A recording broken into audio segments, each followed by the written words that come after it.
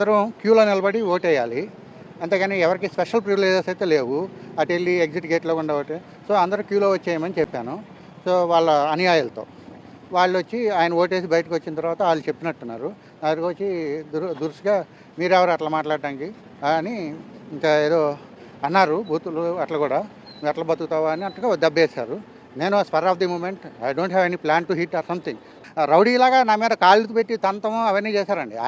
ఆయన వాళ్ళ అనుయాయులు అందరూ కలిసి కాళ్ళు పెట్టి తంతం, చేతులు పెట్టి కొట్టడం. అందుకే కదా ఇప్పుడు చూడండి ఇంకా బ్లడ్ ఎంత ఇదిగా వచ్చిందంటే యూ కెన్ సీ ఇట్. అది ఎవరైనా సరే ఒక పద్ధతి ఫాలో అవ్వాలి. ఆ పద్ధతి ఫాలో అవ్వకుండా ఇష్టం వచ్చినట్టు చేసినందుకు నేను అన్నందుకు వాళ్ళు నాకు దౌర్జన్యం మీదగా పెట్టారు. ఇప్పుడు నేను మా అమ్మగారికి మా కుటుంబానికి మరి వాళ్ళు చేసిన పనుల వల్ల ఎటువంటి హాని తగిలిద్దో తెలియదు.